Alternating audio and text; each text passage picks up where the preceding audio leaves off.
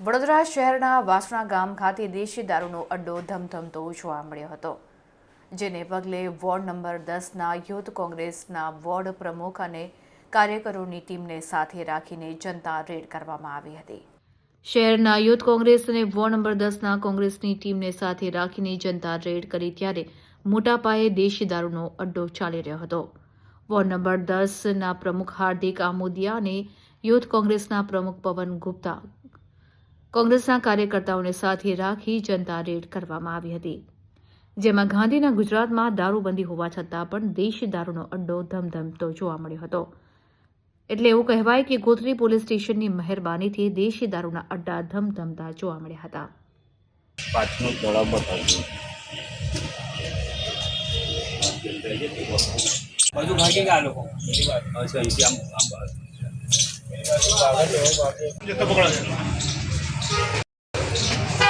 અને એવું કેરોસીન વાળા ડબ્બા આપણે કઈ કામમાં નહીં। આ નાખીને બનાવે કેરોસીન ના હોય એટલે કેરોસીન કેરોસીન તો એમની બંધ થઈ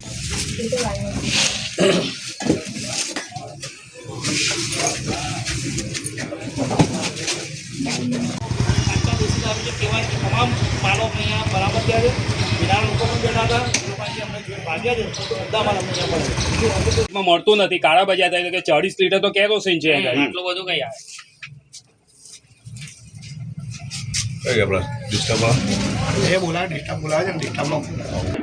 કેટલા વર્ષોથી નાગરિકો પીસાઈ રહ્યા હતા। કેટલી બી અહીંયા જુઓ કે સોસાયટી છે, 200 મીટરના અંતરમાં રાજા રામમોહન રાય સ્કૂલ આવી રહી છે, તો છોકરાઓનો અવર જવાનો રસ્તો બી આ છે।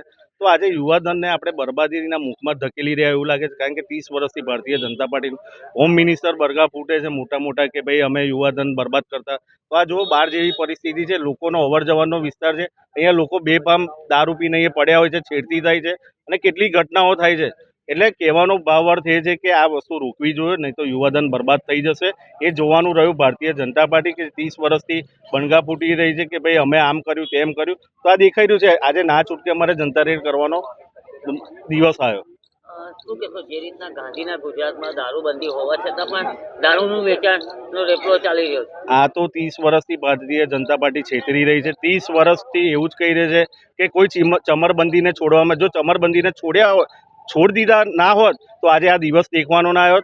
અને સરદાર અને ગાંધીજીનું ગુજરાત જે બનાવ્યું છે ખાલી પેપર પર છે, બાકી ખુલ્લેઆમ હર 4 રસ્તે દારૂ, ડ્રગ્સ અને જુગારના અડ્ડા ચાલી રહ્યા છે। કોની મહેરબાનીથી આ ધંધા ચાલી રહ્યા છે? એ જ જોવાનું રહ્યું કે આજે પોલીસની બી મહેરબાની હોય કાં તો પોલીસ હાથ આડા કાન કરતી હોય, આ બધું જોવાનું પોલીસનું કામ છે, કારણ કે પ્રજાના ટેક્સનો રૂપિયોના એમના પગારથી એમનું ઘર પગાર આવે છે।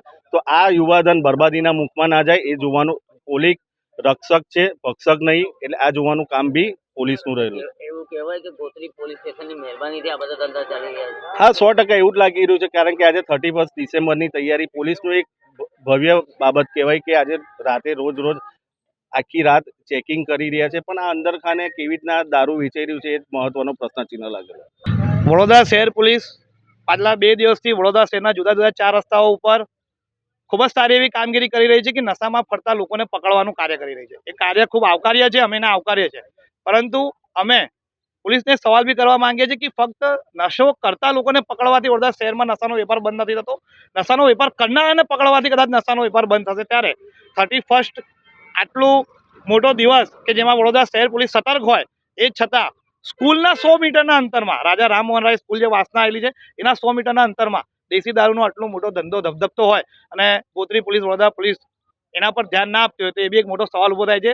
ત્યારે વડોદરા શહેરનું યુવાધન નશાના રવાડે ન ચડે એ વસ્તુને ધ્યાનમાં રાખીને વડોદરા શહેર યુથ કોંગ્રેસ અને વોર્ડ નંબર 10 કોંગ્રેસની ટીમની સંયુક્ત કામગીરીથી આજે જનતા રેડ કરીને વિપુલ માત્રામાં દેશી દારૂનો માલ અમે અહીંયા પકડ્યો છે। અને વડોદરા શહેર પોલીસને અમે આવું કહેવા માંગીએ છીએ કે તમારી જે કામગીરી છે કામગીરીને આવકારીએ છીએ, પણ પરંતુ નશો કરીને ફરતા લોકોને પકડવાથી વધારે આવા નશાના વેપાર કરતા લોકોને પકડવામાં આવે તો વડોદરા શહેર સાચા માયનામાં નશામુક્ત શહેર બની શકે છે।